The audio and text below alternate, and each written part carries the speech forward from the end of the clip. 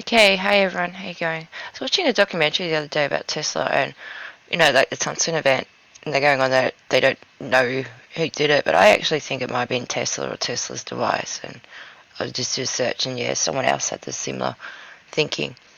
Did you know that in 1908, and he was 52-year-old in 1908, in Serbia, one of the most catastrophic, mind-blowing and mysterious cosmic impact catastrophes ever in the history of civilization occurred, and yet it wasn't widely known outside Russia, save for a few astronomy and research scientists of enclaves, until around the 1970s.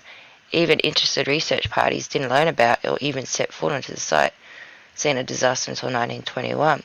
Didn't make front page news in the papers when it happened because of the extreme remoteness in the region of Siberia. Also at play was the secretive, unsettled nature of Russia at the time, which of course only heightened the many conspiracy theories surrounding it today, taken from an article, The Tungsten Explosion of 1908 on 30th June 1908, over 100 years ago, more than that. A huge explosion destroyed 1,000 miles of a very remote, sparsely inhabited region of central Siberia.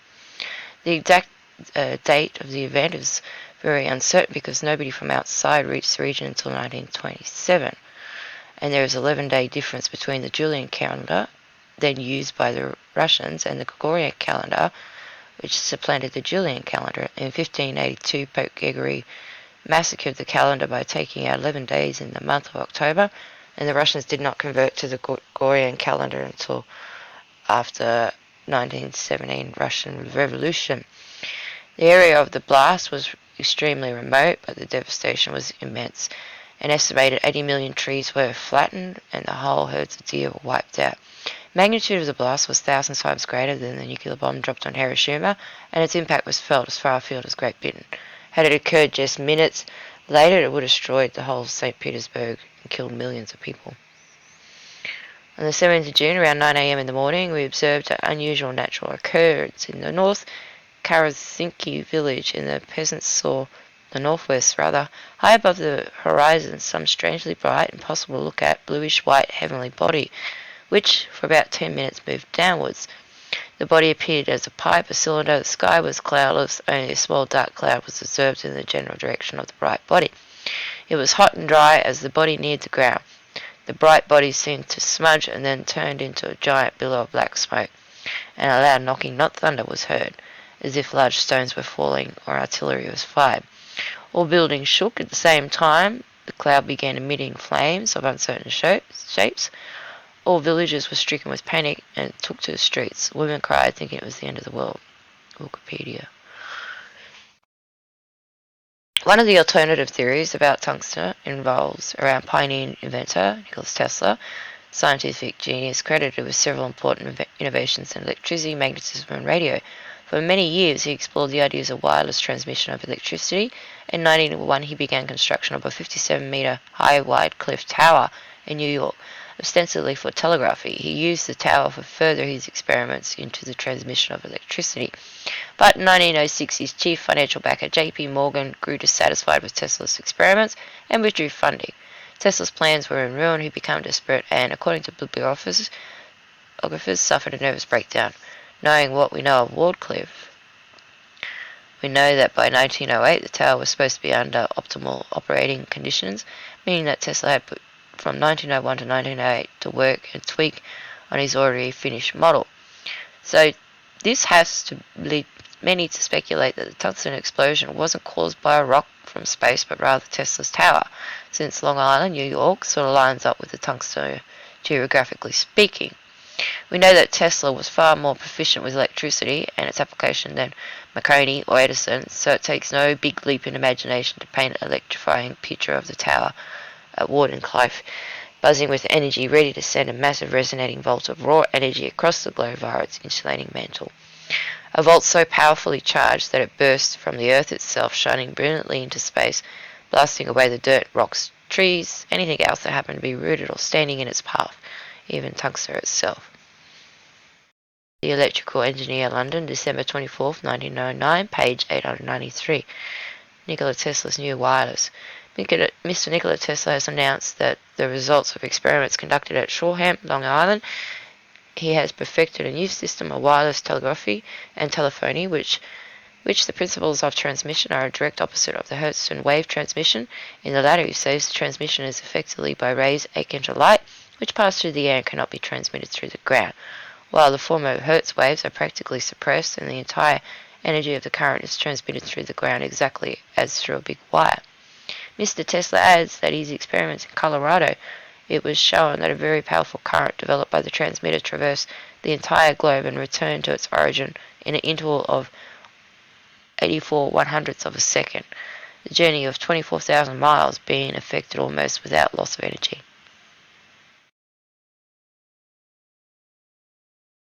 April 21st, 1908, Mr. Tesla's vision. How the electrician's lamp of Aladdin may construct new worlds. To the editor of New York Times. From a report in your issue on March 11, which escaped my attention, I noticed that some remarks I made on the occasion referred to have been misunderstood. Allow me to make a correction. When I spoke of a future warfare, I meant that it should be conducted by direct application of electrical waves without the use of aerial engines or other implements of destruction. This means, as I pointed out, would be ideal, for not only would be energy of war require no effort for its maintenance of its potentiality, but it would even be productive in times of peace. This is not a dream. Even now, wireless power plants could be constructed by which any region of the globe might render uninhabitable without subjecting the population or other parts to serious danger or inconvenience. What I said in regard to the greatest achievement of the man of science whose mind is bent upon the mastery of physical universe was nothing more than what I stated in one of my unpublished addresses, from which I quote: according to the adopted theory, every fundamental atom is different from the tenuous field, filling all space merely by spinning motion, as a whirl of water can be calm in a lake. By being set in movement, this fluid, the ether, becomes gross matter. Its movement arrested, the primary substance reverts to its normal state. It appears, then, possible for man, through harnessed energy of the medium and stable agencies for starting and stopping ether whirls, to cause a matter of form and disappear. At his command, almost without effort on his part, old worlds would vanish and new ones would spring into being. He could alter the size of the planet, control its seasons, adjust its distance from the sun, guide it on its eternal journey across the path he might choose throughout the depths of the universe. He could make planets collide and produce these suns and stars, these heat and light. He could originate life from in all infinite forms, to cause at will birth and death of a matter which be man's greatest deed, which would give him the mastery of physical creation, make him fulfill his ultimate destiny. Nothing could be further from my thought than to call wireless telephone around the world the greatest achievement of humanity as reported. This is a feat which, however superfine, can be readily performed by any expert. I have myself constructed a plant for the very purpose. The wireless wonders are only seeming, not the results of exceptional skill, as popularly believed. The truth is, the electrician has been put in a possession of a veritable lamp of Aladdin. All he wants to do is rub it. Now, rub the lamp of Aladdin is no achievement.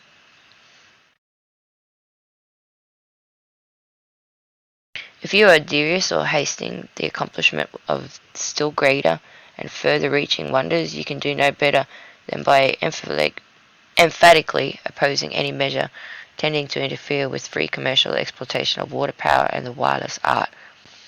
So absolutely does human progress depend on the development of these smallest impediment, particularly through the legislative bodies of this country, may set back civilization and the course of peace for centuries. A meteorological observer in England recounted the night of 30th of June and July 1st. A strong orange-yellow light became visible in the north and northeast, causing an undue prolongation of twilight lasting to daybreak on the 1st of July. There was complete absence of scintillation or flickering, and no tendency for the formation of streamers or a luminous arch characteristic of a rural phenomenon. Twilight on both of these nights was prolonged to daybreak, and there was no real darkness. When Tesla used his high-powered transmitter as a directed energy weapon, he drastically altered the normal electrical condition of Earth. By making the electrical charge of the planet vibrate in tune with his transmitter, he was able to build up electric fields that affected and compassed that caused the upper atmosphere to behave like a gas-filled lamp in his laboratory. He had turned the entire globe into a simple electrical component that he could control. Given Tesla's general pacifistic nature, it was hard to understand why he would carry out a test harmful to both animals and the people who herded the animals, even when he was in the grip of financial desperation. The answer is that he probably intended no harm, but was aiming for a public coup and literally missed his target. At the end of 1908, the whole world was following the daring attempt of Perry to reach the North Pole, which he claimed by the spring of 1909. If Tesla wanted the attention of the international press, few things would have been more impressive than a Peary expedition setting out in the world of a plasmatic explosion on the ice near the North Pole. Tesla then, if he could not be hailed as the master creator that he was, could be seen as the master of a mysterious new force of destruction. So this is probably what it was, Death Beam. Tesla's creative mind continued to spark new visions, even in his late life. On his 78th birthday, told New York Times that he'd come up with his most important invention, one that would cause armies of millions to drop dead in their tracks. The invention, a military weapon that would accelerate mercury particles at 48 times the speed of sound inside a vacuum chamber and shoot a high-velocity beam through the free air of such tremendous energy that it will bring down a fleet of 10,000 enemy airplanes at a distance of 250 miles. Although the press stabbed it as a death beam, Tesla believed it as a peace beam, that it would foil attacks by airplanes and invading armies and save lives by acting like an invisible Chinese wall, only a million times more impenetrable. Tesla offered his particle beam weapon to numerous governments, including the United States, but only the country to show interest was the Soviet Union, which conducted a partial test in 1939. I think it was that thing that he was testing. So we know he'd done a lot of things, but he also did the thought camera. Tesla believed it could be possible to photograph thoughts. The inspiration came when he was doing experiments in 1893.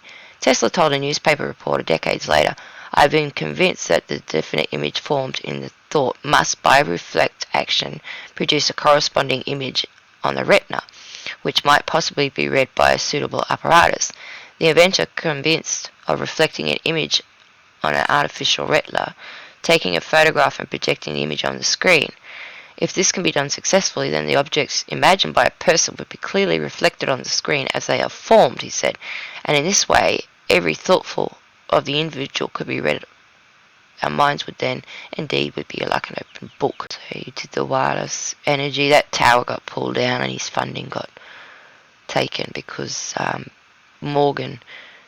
JP Morgan was trying to make money with the electricity and everything. The artificial tidal wave, think of Japan and the Boxing Day tsunami.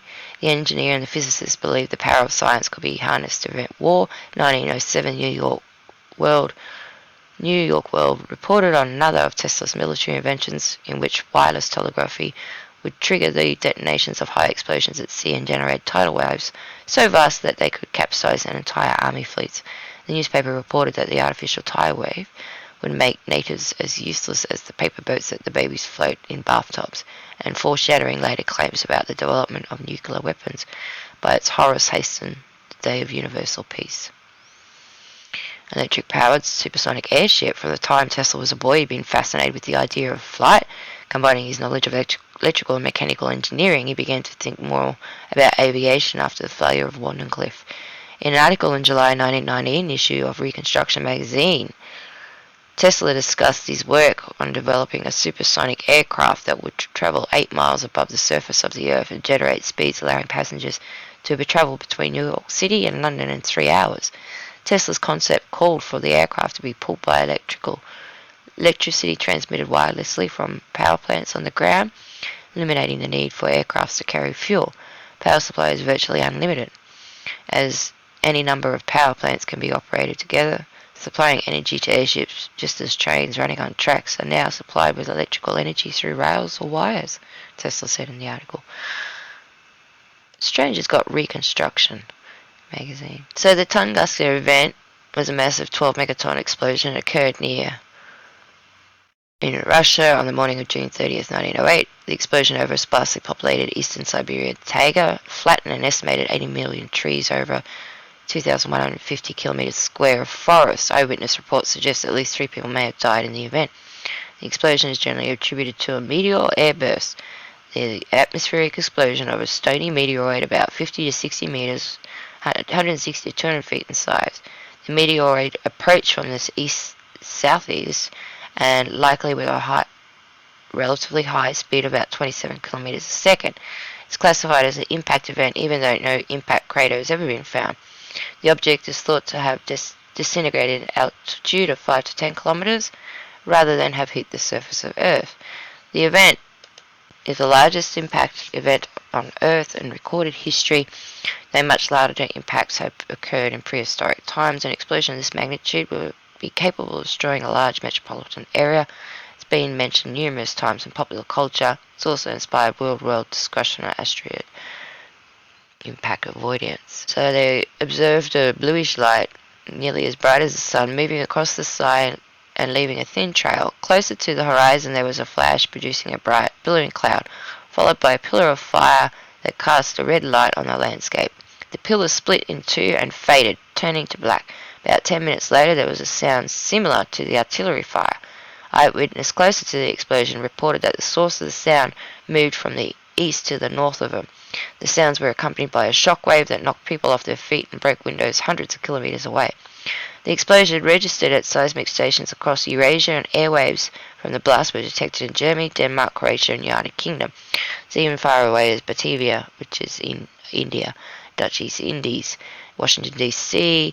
It's estimated that in some places the resulting shock wave was equivalent to an earthquake measuring 5.0 on the Richter scale. Over the next few days, night skies in Asia, Europe were aglow. There was contemporaneous reports of brightly lit photographs being successfully taken at midnight without the aid of flash bulbs in Sweden and Scotland.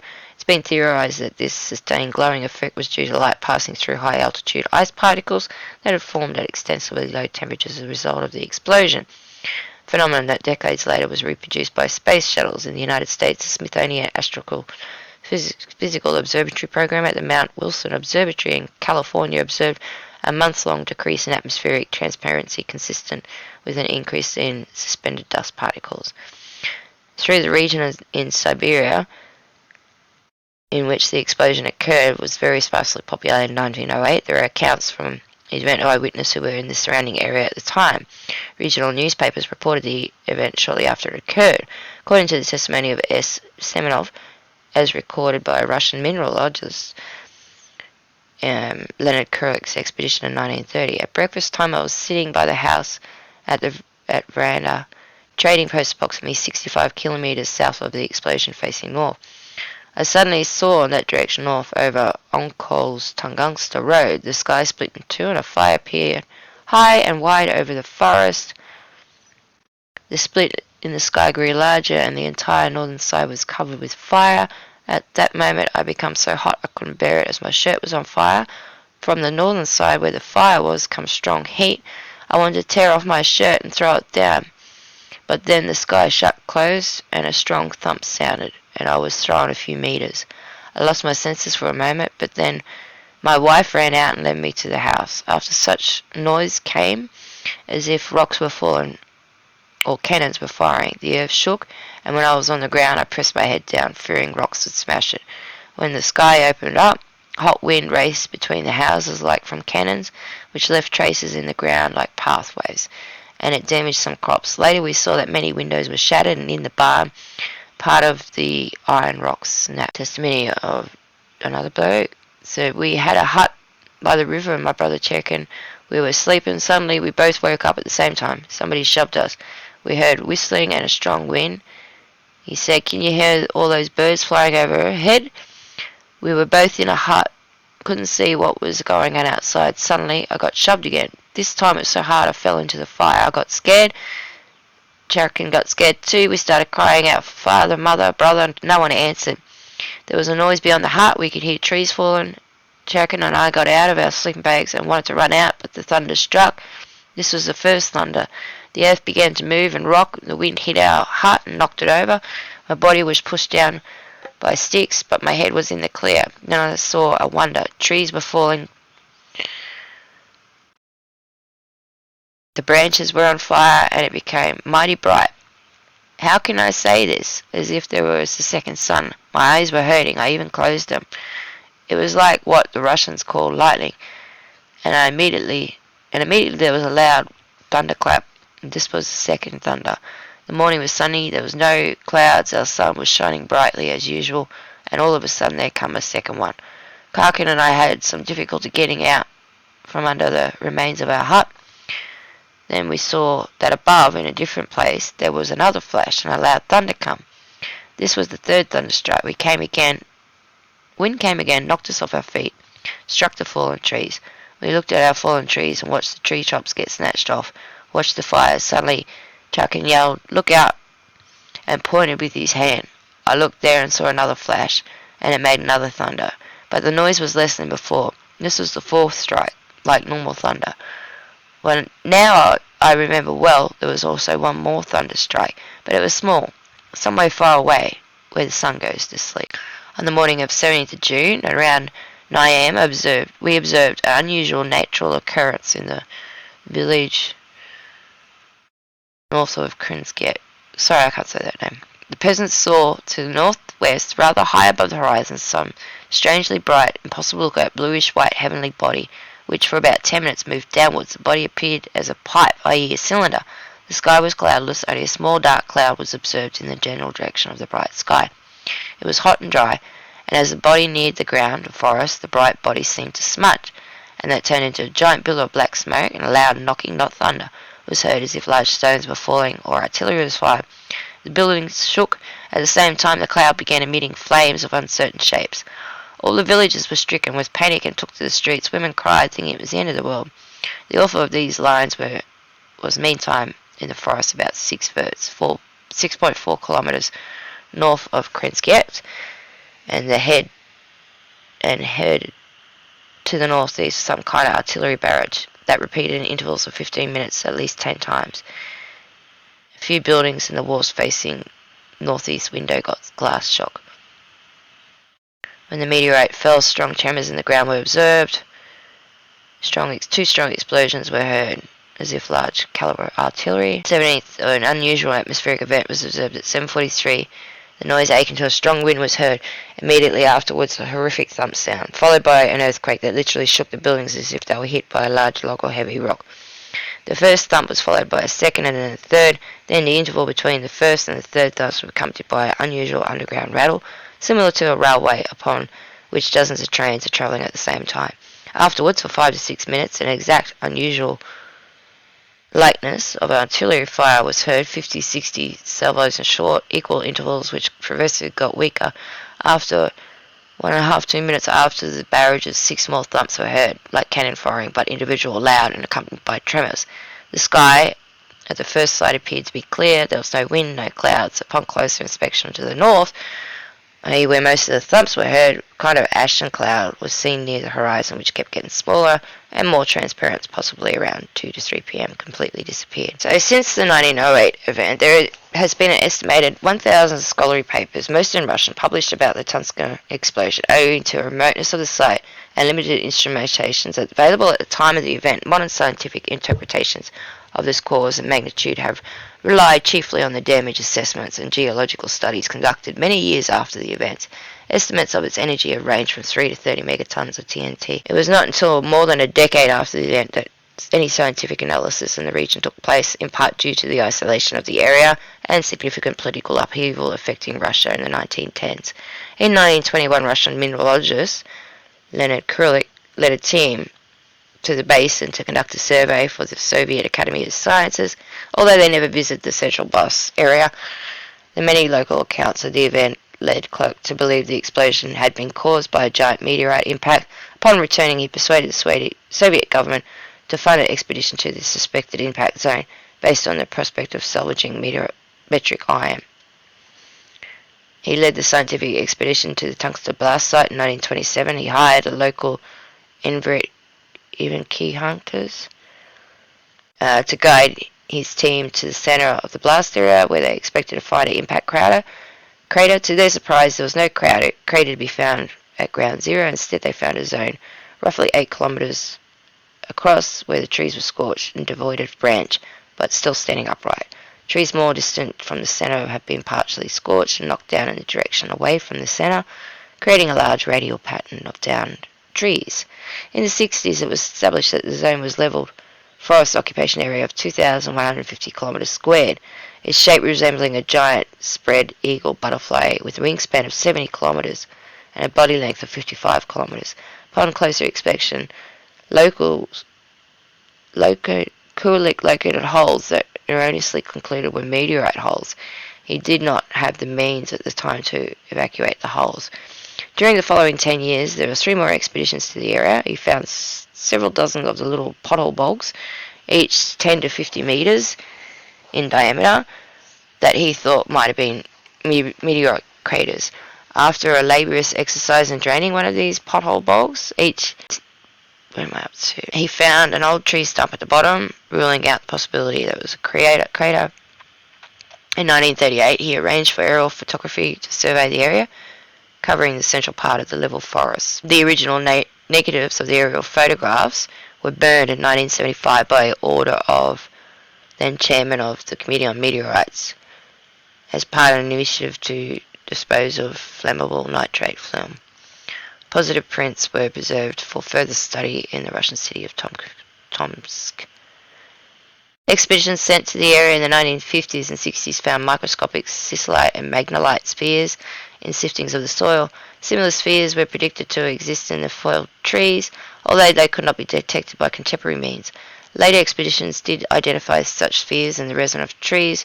Chemical analysis showed that the spheres contain high proportions of nickel relative to iron also found in meteorites, leading to the conclusion that they were of extraterrestrial origin. The concentration of the spheres in different regions of the soils also found to be consistent with the expected distribution of debris from the meteoroid air blast. Later studies of the spheres found unusual ratios of numerous other metals relative to the surrounding environment, which was taken for further evidence of their extraterrestrial origin. Chemical analysis of the peat bogs from several areas also revealed numerous anomalies considered consistent with the impact event. The isotopic signatures of carbon, hydrogen, and nitrogen at the layer of the bogs corresponding to 1908 were found to be consistent with the isotopic ratios measured in the adjacent layers, and this abnormality was not found in the bogs located outside the area. The region of the bogs showing these anomalous signatures also contains an unusually high proportion of iridium, similar to the iridium layer found in the Cretaceous-Paleo boundary. These unusual portions are believed to be results from debris from the falling body that dispersed in logs. The nitrogen is believed to have been deposited from the acid rain, a suspected fallout from the explosion. However, other scientists disagree. Some papers report that hydrogen, carbon, nitrogen isotopic composers with signatures similar to those of CICM carbonyl chlorides were found in the tungsten peat layers dating from the TE, and the iridium anomalies were also observed. 1988-2004 measurements performed in other laboratories have not confirmed these results. Researcher last name, has suggested that the boulder found at the event site known as John Stone is a remnant of the meteorite, but oxygen isotopes analysis of the quartzite suggests that its hydrothermal origin possibly related to Permian-Triassic Siberian traps magnetism. 2013, Tima researchers published results of an analysis of micro samples from peat bog near the center of the affected area, which show fragments that may be of extraterrestrial origin. The leading scientific expedition for the explosion in the air blast of an asteroid 6 to 10 kilometers above Earth's surface. Meteoroids enter Earth's atmosphere from outer space every day, traveling at the speed of 11 kilometers per second. The heat generated by compression of air in front of the body, around pressure as it travels through the atmosphere, is immense, and most meteoroids burn up or explode before they reach the ground. Early estimates the energy of the tungsten air blast ranged from 10 to 15 megatons of TNT to 30 megatons of TNT, depending on the exact height of the burst, as estimated when the scaling laws from the effects of nuclear weapons are employed.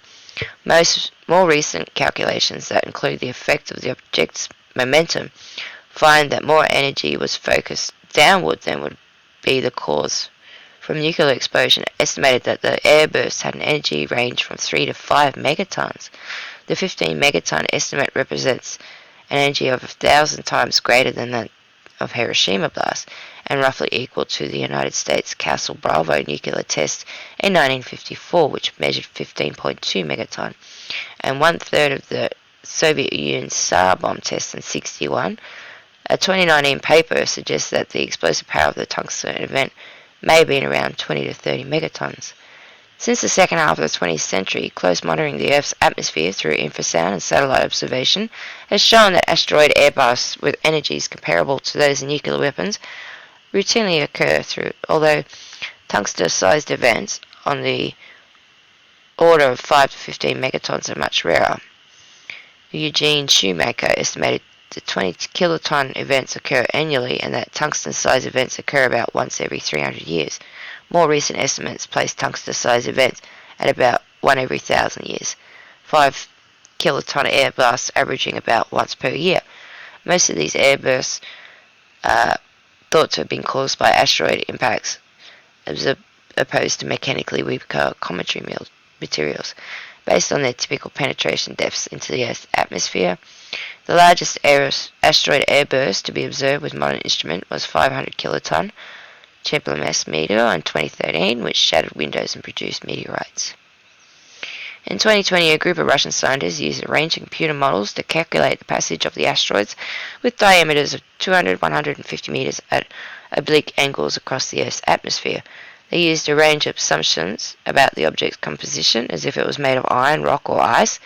The model, which closely matched the observed event, was an iron asteroid up 200 meters in diameter, traveling at about 11.2 kilometers per second, which glanced off the Earth's atmosphere and returned into solar orbit. Oh,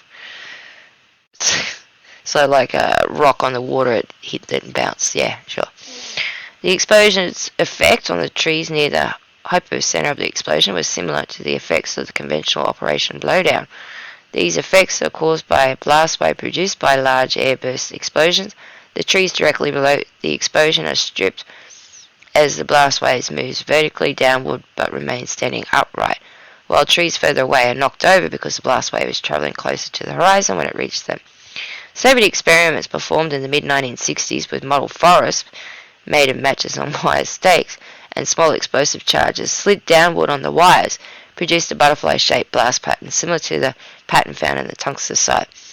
The experiment suggested that the object had approached the angle of roughly 30 degrees from the ground and 115 degrees from the north and exploded mid-air. Asteroid or comet. 1930s, the British astronomer F.J.W. Whipple suggested that the tungsten body was a small comet, a comet composed of dust and volatiles such as water, ice, frozen gases, and could have been completely vaporized by the impact with the Earth's atmosphere, leaving no obvious traces. The comet hypothesis was further supported by glowing skies, or sky glows, or bright nights, absorbed across Eurasia for several evenings after the impact, which are probably explained by dust and ice that have been dispersed from the comet's tail across the atmosphere. The cometary hypothesis gained general acceptance among Soviet tungsten investigators in the 1960s. In 1978, Slovak astronomer, suggested that the body was a fragment of comet Enicke. This is a periodic comet with an extremely short period of just over 3 years that stays entirely with the orbit of Jupiter. It is also responsible for the Beta Taurids, an annual meteor shower with a maximum activity around 28 to 29 June. The tungsten event collided with the peak activity of that shower, and that the approximate trajectory of the tungsten object is consistent with what would be expected from a fragment comet Enicke. It is now known that the bodies of this kind explode at frequent intervals, tens to hundreds of kilometers above the ground. Military satellites have been observing these explosions for decades. During 2019, astronomers searched for the hypothesis-sized asteroids 100 meters in diameter from the Taurid swarms between 5th of 11th July, 21st of July, and 10th of August. As February 2020, there have been no reports of discoveries of any such objects. In 1983, astronomer published a paper criticizing the comet hypothesis. He pointed out that a body composed of cometary material traveling through the atmosphere along such a shallow trajectory ought to have disintegrated, whereas the tungsten body apparently remained intact into the lower atmosphere. He also argued the evidence pointed to a dense rocky object, probably an asteroid at origin. This hypothesis further boosted in 2001 when Fenella Frascati, can't say that name, sorry, released a study calculating the possibilities based on an orbiting model extracted from the atmospheric trajectories of the tungsten event. They concluded, with a probability of 83%, that the object moved on an asteroidal path originating from the asteroid belt rather than on a cometary one, probability of 17%. Proponents of the comet hypothesis have suggested that the object was a distinct comet with a stony mantle that allowed it to penetrate the atmosphere. The chief difficulty in the asteroid hypothesis is that the stony object should have produced a large crater when it struck the ground, but no such crater has been found. It has been hypothesized that the passage of the asteroid through the atmosphere caused pressures and the temperatures to build up to the point where the asteroid abruptly disintegrated in a huge explosion. The destruction would have been so complete that no remains of substantial size survived, and the material scattered into the atmosphere. During the explosion, it would have caused the sky glows. Models published in 1993 suggest that the stony body would have been about 60 meters, 200 feet across, with physical properties somewhere between the ordinary chondrite and carbonous chondrite. Typically, carbonous, can't say that, sorry, substance. This tends to be dissolved with water rather quickly unless it's frozen. Christopher Schreiber and others have proposed a process whereby a stony meteorite could have exhibited the behavior of the tungsten impactor. Their models show that when the forces opposing a body's descent becomes greater than the cohesive force holding it together, it blows apart, releasing nearly all of its energy at once. This results in no crater. The damage distributed over a fairly wide radius, and all the damage resulting from thermal energy released in its blast. Three-dimensional numerical modelling of the tungsten impact done in 2008 supports the comet hypothesis. According to their results, the comet matter dispersed in the atmosphere while the destruction of the forest was caused by a shock wave. During the 90s, Italian researchers, coordinated by the physicist Tunguska from the University of Bologna, extracted resin from the core of the trees in the area impacted to examine trapped particles that were present during the 1908 event. They found high levels of material commonly found in rocky asteroids and rarely found in comets. In 2009, contended that the impact was caused by a comet because of the sightings of the non-colloidal clouds. Following the impact, a phenomenon caused by massive amounts of water vapor in the upper atmosphere, they compared the noculant cloud phenomenon to the exhaust plume of NASA's Endeavour space shuttle. A team of Russian researchers led by Edward Dobrowski in 2009 has suggested that the near-Earth asteroid 2005 NB56 may be a possible candidate for the parent body of the tungsten object, as the asteroid made a close orbit approach 27 lunar days from Earth on the 27th of June 1908, 3 days before the tungsten impact. The team suggests that the 2005 NB56 orbit likely fits the modelled orbit of the tungsten event. Even with the effects of weak non-gravitational forces, in 2013, analysis of fragments of the tungsten site by a joint US-European team was consistent with an iron meteorite. In February 2013, the Tunguska event provided ample data for scientists to create new models of the tungsten event. Researchers used data from both Tunguska and Chelyabinsk to perform a statistical study over 50 million combinations of boloid and entry properties that could produce the tungsten scale damage where breaking apart or exploding similar altitudes. Some models focused on combinations of properties which created scenarios with similar effects to the tree fall pattern, as well as the atmospheric and seismic pressure waves of tungsten. 4 different computer models were produced similar results. They concluded that the likeliest candidate for the tungsten impactor was a stony body between 50 to 80 meters in diameter, emptying the atmosphere at roughly 55,000 kilometers an hour, exploding at 10 to 14 kilometers in altitude, and releasing explosive energy equivalent between 10 and 30 megatons. This is similar to the blast energy equivalent of the 1980 volcanic eruption of Mount St. Helena. The researchers also concluded impacts of this size hit the Earth only on an average interval scale of millennia. So yeah, they've done research to cover it. So they're just going on about the same thing. They can't find anything. Anything I think it is it was Tesla. A similar air burst occurred over a populated area on the 15th of February 2013. Tunguska in Ural district of Russia. The exploding meteorite was detected to have been an asteroid that measured 17 to 20 meters across. It had an estimated initial mass of 11,000 tons, exploded with an energy release of approximately 500 kilotons. Some of the trees. And see on a flat Earth map, Tesla, like New York, wherever he was, it'd be just up here, wouldn't it? Be up on the flat map.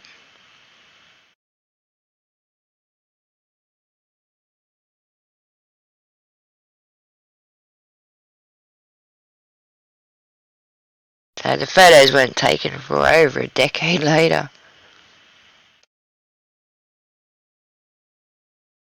80 million trees flattened. One day in 1908, an explosion 1,000 times greater than that of the atomic bomb dropped on Hiroshima erupted in the remote Siberian wilderness, shattering the calm of the icy landscapes, flattened 80 million trees.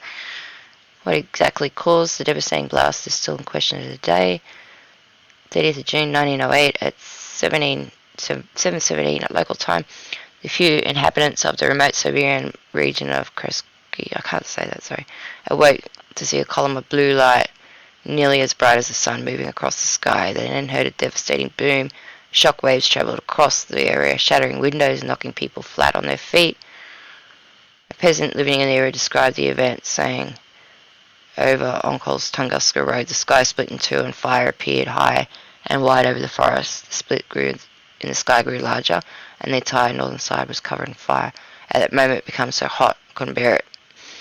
So shirt was on fire from the northern side where the fire was. Come strong heat. I wanted to tear my shirt off and throw it down, but then the sky shut closed. Yeah, that's what I was reading before. They found reindeers charred. Nothing remained. Everything was burned up, melted to pieces, clothes, utensils, reindeer, everything. The owners of two gold mines called each area called one another on the telephones to accuse each other of illegally dynamiting the area. Due to the remote nature of the region, there were only 2 reported casualties of an explosion. From the outset of the event, researchers quickly concluded the blast was an airburst. Yeah, don't think so. In that, I was trying to find the photo. Tesla didn't experiment with his death ray, and it's similar photos to this one. Trying to find it. I think this is sort of what they were describing with the blue and the colours. This was Norway. It's happened a few times. Apparently they say it's rockets, but I don't know. I think they might be directing energy up to the dome, and then that energy is bouncing off the dome, and then it comes back. Yeah. I think that's what it is. It gets really big, and then it just creates all these weird colours and patterns. Tesla's death ray. Did Tesla experiment cause the Tunguska blast? So we know about all this. Just read most of that. Well, it quickly became apparent something anomalous had happened at Tunguska. The area of the blast remained inaccessible until the expedition in 1927. 27 investigation began nearly a century of debate about what caused the blast, with explosions ranging from comets and meteors to explosions of natural gas and even mini black holes. One of the alternative theories about Tunguska revolves around the pioneering event of Nikola Tesla.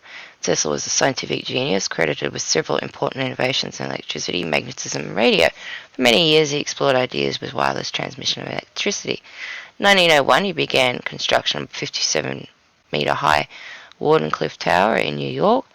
ostensibly for telegraph. He used the tower to further his experiments into transmission of electricity. But by 1906, his chief financial backer, J.P. Morgan, grew dissatisfied with the Tesla experiments and withdrew the funding. Tesla's plans were in ruin. He became desperate and, according to biographers, suffered a nervous breakdown. Apparently, what happened was um, Morgan was looking into what he was doing, and Tesla said the experiment was radio, that it wasn't electricity. And when he found out that he was doing electricity, he went nuts and shut it down. It had been suggested that Tesla tried to salvage his work at Wardenclyffe and retrieve his fortunes by staging an audacious publicity stunt. Tesla had become convinced his wireless electricity transmitter could be used as a weapon, able to transmit electrical waves through the earth of such intensity it could be destroyed at a target hundreds of miles away. Like the rest of America, Tesla was gripped by the explosive admiral Robert Peary in his assault on the North Pole. At the time of the Tunguska blast in 1908, Peary was camped out on Ellesmere Island in preparation for his bid to reach the pole. Tesla had made cryptic remarks about contacting Peary somehow, and had instructed him to watch the tundra of signals. What a better way for Tesla to demonstrate the awesome power of his device to the world than to fire a bolt of energy towards Ellesmere and rip up some ice or cause a light show? Advocates for this theory that Tesla was behind the Tunguska blast claims his publicity stunt went drastically wrong. His concentrated wave of electricity overshooting its target and instead causing the explosion at Tunguska. Could Tesla have been really responsible for the Tunguska blast? Yeah. Claims. Number 1. The idea of death rays was very prevalent around the time of the Tunguska. Several inventors, notably Harry Grindal Mathers in England, claimed to have invented such a weapon. In 1907, there was much speculation in the press about the explosion that destroyed the French battleship Iena in March was caused by some kind of wireless energy wave, with Tesla's name even mentioned in connection with the disaster. I'll have to look that one up.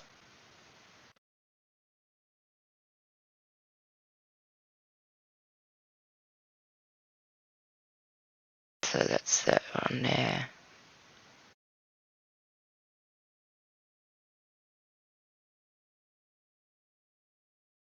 It's just a laser. Tesla himself gave rise to much of the speculation by repeatedly claiming his electricity transmission device could be used as a directed energy weapon. Writing to Liberty magazine, he explained, "My invention requires a large plan, but once it is established, it will be possible to destroy anything, men or machines, approaching within a radius of 200 miles. Is that why they built nuclear power plants everywhere? To power their directed energy weapons? I mean, nuclear would be one way they could get their power. As to projecting wave energy into any particular region of the globe, this can be done by my devices. The spot at which its desired effect is to be produced can be calculated very closely, assuming the accepted terrestrial measurements to be correct. Once it's established, it will be possible to destroy anything, men, machines, approaching within a radius of 200 miles. Just 2 months before the Tunguska, he wrote tellingly, "This is not a dream. Even now, wireless power plants could be constructed by which any region of the globe might be rendered uninhabited without subjecting the populace to other parts of serious danger and inconvenience." Did Tesla beset by financial problems and desperate for his Wardenclyffe plant to succeed, use it for precisely the purpose he described to the New York Times? Number 2. Doubts over the meteor theory. Although the prevailing consensus that the cause of the Tunguska blast is the explosion of a comet or meteorite in the atmosphere above the area, there are numerous reasons to doubt this. Several eyewitness reports describe the unusual and prolonged lights to be in the sky, both before and for days after the impact, quite unlike those to be expected from a meteorite or a comet. Even as far afield as England, the sky was lit up for days afterwards. Widespread reports of nights turning into day flooded into newspaper. While one correspondent recounted how he was able to read a book illuminated purely by the night sky. Tesla specifically cited the ability of Wardenclyffe to light up the atmosphere on several occasions. "I have planned many details of the plant which would be simply sufficient to illuminate the entire ocean so that such a disaster as at the Titanic would not be repeated." See, they didn't want him doing this because the oil barons and all that, they wouldn't make their money, you know. that would go against their plans. Many of the eyewitnesses also described Earth shaking even before the explosion again. Tesla described how his device could shake the ground, even boasting on one occasion that he could shake the Empire Building to its foundations. The meteorite theory is also undetermined by the fact that no blast crater or trace or any meteorite has ever been found despite exhaustive searches. If, however, Tesla really could transmit a directed energy beam throughout the ground, it would leave no traces or crater. 3. The geographical alignment. It has been pointed out that you draw a line between Tesla's Wardenclyffe Tower and Tunguska passes through the location of the supposed target of his energy beam, Ellesmere Island. Whilst the correlation is inexact, it's an interesting coincidence. Did Tesla, intending to shake up the ice at Ellesmere, overshoot his target and accidentally cause the devastation on Tunguska? Evidence against pseudoscience. The concept that electricity could be wirelessly transmitted over long distances is now discounted as pseudoscience by most scientists, whereas Tesla did successfully demonstrate short-range transmission of electricity. He was never able to demonstrate any ability to transmit over great distances. Bull. Bull. Tesla, always desperate for an audience for his inventions, would have widely advertised the technology if he had really perfected it as he claimed. Tesla was a very eccentric individual. He had visions, claimed to receive signals from extraterrestrials, and somewhat oddly was in love with a pigeon. He was also an introvert self-publicist notorious for making up far-fetched and exaggerated claims which he could not back up. For example, he once claimed he could fire an energy beam at the moon and distribute its surface. Well, they've proved that. They fire beams onto the moon quite often. They do it daily. They got sensors up there. They fire a green laser at it. Number 2, death rays. There have been many attempts to produce this kind of death ray proposed by Tesla over the years, but no such weapon has ever been produced despite obvious military application. What a load of shit. What a load of shit. They're coming out now with the energy weapons. The vast amount of energy Tesla's death ray would require to operate as he boasted would appear to rule it out as any kind of viable device. It is estimated that to produce the estimated 10 megaton blast recorded at Tunguska, Wardenclyffe would need to transmit billions of watts worth of power. Thousands of times more than New York power grid he relied on was capable of producing. Didn't Nikola's experiment cause a blast? Yes, did. So yeah, that's just one I found that agrees with me.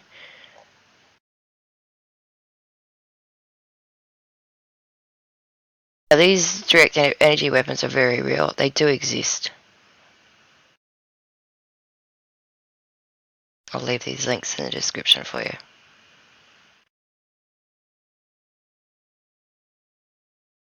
Yeah, they've got them on Humvees. They've got them on the vehicles here now too, in Australia. And they point a beam at you and you run. Yeah, these things. They got a thing on it like that. See, that's it there.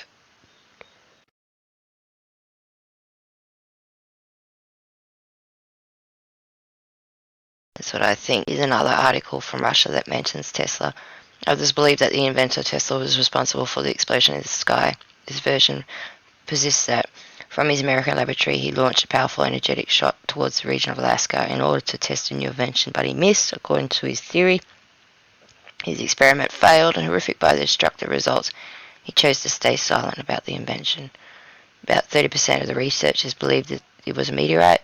The same amount think that it was a comet. 40% thought support the range of diverse hypotheses. Just want to throw something out there that's something different. Electric car being charged in the 1890s USA. I have seen heaps of photos and videos about people sharing images of old cars, trucks, bikes, all being electric.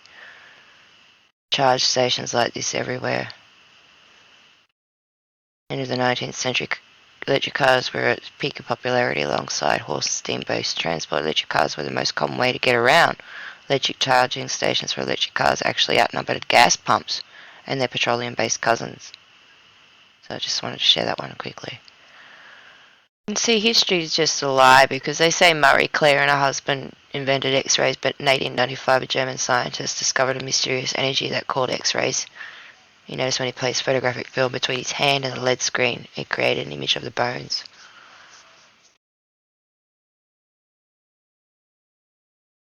Tesla knew a bit about it. 1895 fire destroyed his lab.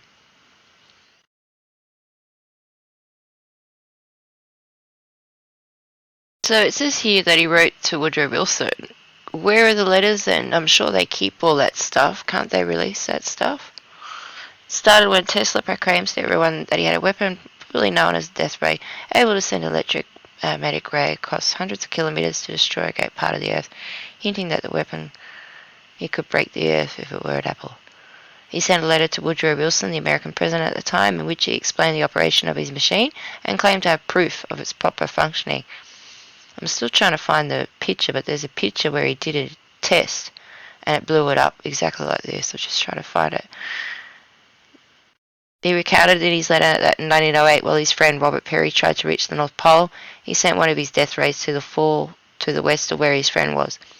And a few days before, sent him a telegram that essentially notified Peary that he would send a bolt of lightning across close to where Peary was, and Peary would tell him how everything had gone.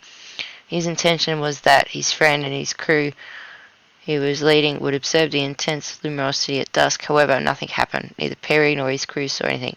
The curious thing is, the same day that Peary theoretically arrived at the North Pole, about 16,000 kilometers away, the tungsten 1908 explosion occurred. Russian scientists agree with the statement that Tesla could have done with his famous Tal Vanderklaff that contained his lab, which was in operation in 1908. 3 months before the explosion, Tesla sent his associate to the Washington Library of Congress to acquire maps of Siberia, precisely of the tungsten area. Data on this exists in the Washington Library that regularly updates every request and search, explains Abmerick. As President Wilson ignored him, there were indications that he sent the same letter to other world leaders who also stopped taking the Tesla invention seriously. To continue with the theory, we must remember that in the decade where there were several explosions of a lesser severity and intensity in different parts of the Earth, which some Odricos's people attributed to the death ray, based on Tesla's comment on how powerful it was. So Tesla was here, and that's where it went, and Peary was up here. That's what I mean. When you look at the map, it just makes sense. Like, how can it not? You just look at it, you're like, yeah, on that trajectory. It seems extremely reckless, but Tesla's experiment may have been the act of frustration and desperate man. Tesla was a genius who never quite got the recognition he deserved. The financial backing of his work was drying up. He had a big chip on his shoulder from past failures, and this one may have put him over the edge. Was the tungsten 1908 explosion Tesla's test of the system of wireless energy transfer, and with the testimony of Admiral Peary, whom he hopefully did not blow up during the experiment, Tesla could have proven his tower worth the investment, reclaimed the admiration of his benefactors, and continued his work. It might sound like an accident if you consider the Wardenclyffe as a mere communication system, but there is another more chilling scenario. There are those who claim there was a third use for Tesla's Wardenclyffe Tower, to function as a death ray. Some say that the Wardenclyffe Tower was an operational superweapon and held the power to create massive amounts of destruction. With the alleged ability to transmit aimed blasts of energy, it's not a far stretch. In fact, Tesla came to be working on a super weapon from 1900s until the time of his death. According to him, he did design and test such a device later in his career, a charged particle beam projector called Teleforce. Tesla said his transmitter could produce 100 million volts of pressure and currents of up to 1,000 amperes, with their experimental power levels of a billion or tens of billions of watts. If that amount of power was released in an incomparably small interval of time, the energy would be equal to the explosion of millions of tons of TNT.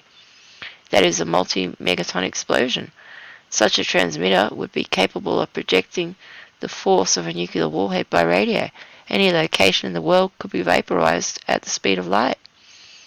With this type of apocalyptic discourse that we today we would describe as a terrorist, the governments and those who financed it backed out in fear of what he was capable of. Another endorsement that his experiments were very real is that he managed to create energy of 4 million volts, with the intention of lighting all the lamps in a 40k around. The pity is, although he succeeded, his laboratory exploded. If Tesla was indeed behind the tungsten event, it would have been an error. It might also explain further why his Wardenclyffe Tower was destroyed in 1917, and why he gave little comment about that. If this were true, it would have been an unintentional mistake, and must have caused a huge blow to him. Even stranger ideas for the explosion. Wilder theories have been banded out over the years regarding what caused it, including a UFO crash, similar struck by the similarity of Tunguska and Hiroshima decades later. A science fiction writer named Alexandra Kravask wrote a story in which the tungsten blast was the exploding nuclear power plant of a spaceship from Mars. A few Russian scientists took up the cause and claimed to find various bits of evidence never substantiated for a civilized alien expedition. Yeah, okay. Nikola Tesla death ray, a man who pioneered radio and modern alternating current power, was often seen as a mad scientist. One story alleges he testified the death ray on the evening of June 30, 1908, and once he found out about the tungsten event, he dismantled the weapon, deeming it too dangerous to remain in existence. Trying to find that photo, but yeah, it just makes total sense when you look at it. I was just looking at this, right? This sort of setup here, how it's set up. Have a look at this one.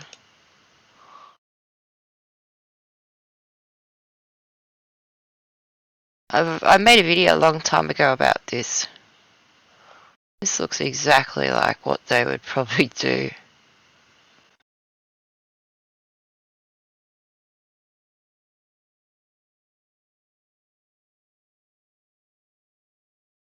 Like that bit would be in the ground. Because it sends it through the ground.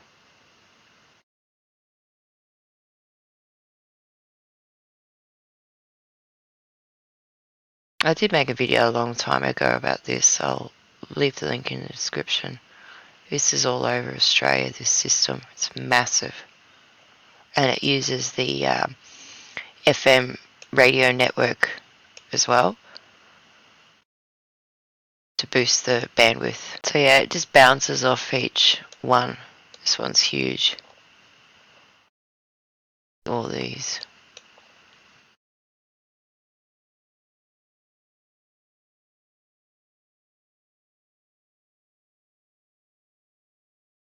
It's got little towers all the way along there.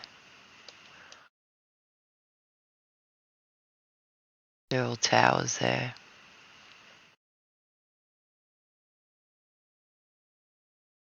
It's got another upgrade going on.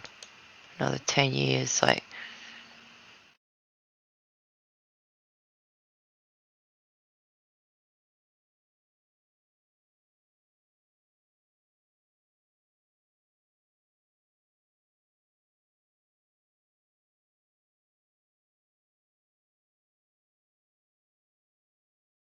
So yeah, it's a pretty big system. Like, I did make a video ages ago about it. It's about an hour and a half. And it shows all the systems and the telescopes that work with it and the ground-based radars show all of that. Should be another one over here. There should be another one here in South Australia and then one there in the middle. And this is the one people go on about it with the satanic symbol in it. It's had a lot of things added to it. These are all towers. Every dot you see is a big tower. It's massive. There's a shadow. So it's coming out this way. Shadow there, it's massive. Yeah, it uses the FM radio network as well. Bounces off that.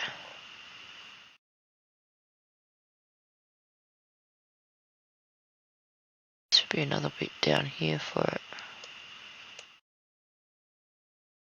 More towers, yeah, there. And there's another bit down further as well.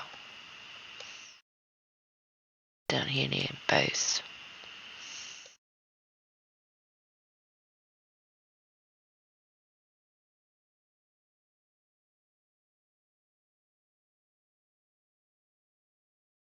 Yeah, and this is another part of it.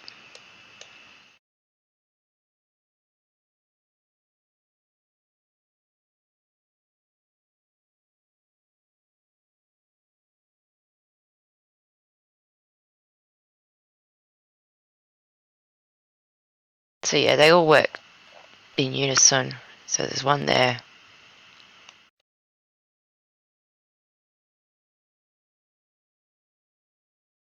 think there's about 7 or 8 of these places all over the country. There's another 2, Western Australia, South Australia. But I think that's what that death ray is that they call it. It's a directed energy weapon. Yeah, these are all the stations.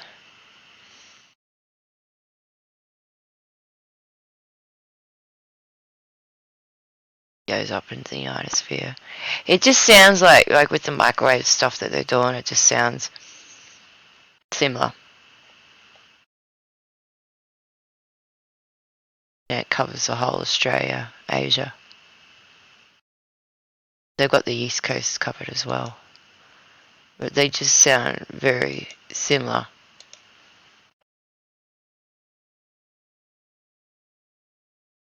Very similar. Anyway, if you're still with me, I appreciate it.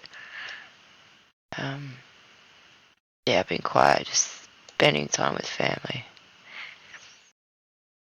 But yeah, that just looks like that setup I've just seen. So that's where that one's at. I've got heaps of videos. I just haven't had time to upload. I've done lots. As you can see, there's lots there.